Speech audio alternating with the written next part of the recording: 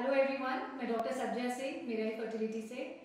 आज हम कुछ बात करेंगे about myths about infertility. Infertility को लेके लोगों में काफ़ी सारे मिथ्स या और मिसकंसेप्शंस होते हैं। सबसे कॉमन होता है कि इनफर्टिलिटी या फर्टिलिटी इश्यूज सिर्फ औरतों को होते हैं, तो ऐसा बिल्कुल भी नहीं है। इनफर्टिलिटी के फैक्टर्स 30% औरतों की वजह से, 30% आदमियों की वजह से और 40% कंबाइंड फैक्टर्स की वजह से भी हो सकते हैं।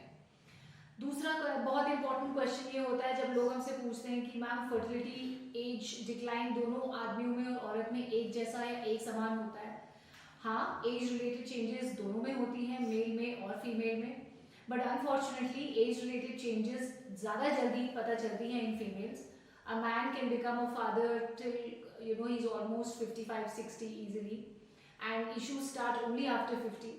But female fertility drops drastically in 30s, and after 35 we have a lot more common problems. तीसरा सबसे इम्पोर्टेंट चीज़ होता है जब लोग हमसे पूछते हैं कि मैम हमने शादी के बाद कुछ सालों तक या कुछ महीनों तक बर्थ कंट्रोल पिल्स लिए हैं, क्या उसकी वजह से हमारी फर्टिलिटी बाद में अफेक्ट हो सकती है? तो ऐसा नहीं है। जब एक कपल हमारे पास आते हैं तो हम हमेशा पूछते हैं कि आपकी शादी को कितना साल हुआ, और उसके बाद सबसे कॉमनली आज क्वेश्चन होता है आप कब से ट्राई कर रहे हैं। क्योंकि ऐसा जरूरी नहीं होता है, if a couple is married for 2 years, they are trying for a kid for 2 years।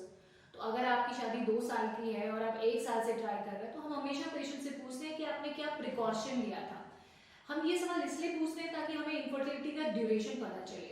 इससे बर्थ कंट्रोल पिल्स लेने से कोई भी लेटर आपकी प्रेगनेंसी में या फर्टिलिटी में कोई इश्यूज नहीं आती है और आप इसको सेफली ले सकते हैं। बट ऑब्वियसली जैसे जैसे एज बढ़ता जाता है, वो आप बर्थ कंट्रोल पिल्स लें चाहे नहीं लें, वो वैसे भी एज रिलेटेड चेंजेस आएंगे।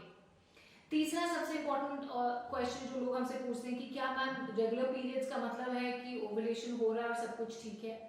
नहीं, ऐसा नहीं होता है। Regular periods most of the times mean ovulation, but there are times जब पीरियड्स रेगुलर होते हैं लेकिन वो एनओवुलेटरी होते हैं, यानी कि अंडा पीरियड्स तो आ रहे हैं लेकिन अंडा सही तरीके से नहीं बन रहा है या अंडे की क्वालिटी सही नहीं है या ओवुलेशन देर से हो रहा है। तो ये बहुत सारी चीज़ें, और जब तक हम इसको मॉनिटर ना करें साइकिल में, हम नहीं बता सकते कि सब कुछ ठीक है कि नहीं। बट हम हमेशा पेशेंट्स को यही एडवाइस करते हैं कि आप 1 साल पहले ट्राई करें और उस बिना किसी प्रिकॉशन के, और उसके बाद भी अगर आप कंसीव नहीं कर पा रहे हैं तो please come to a fertility centre and take an opinion if everything is fine or not. Thank you.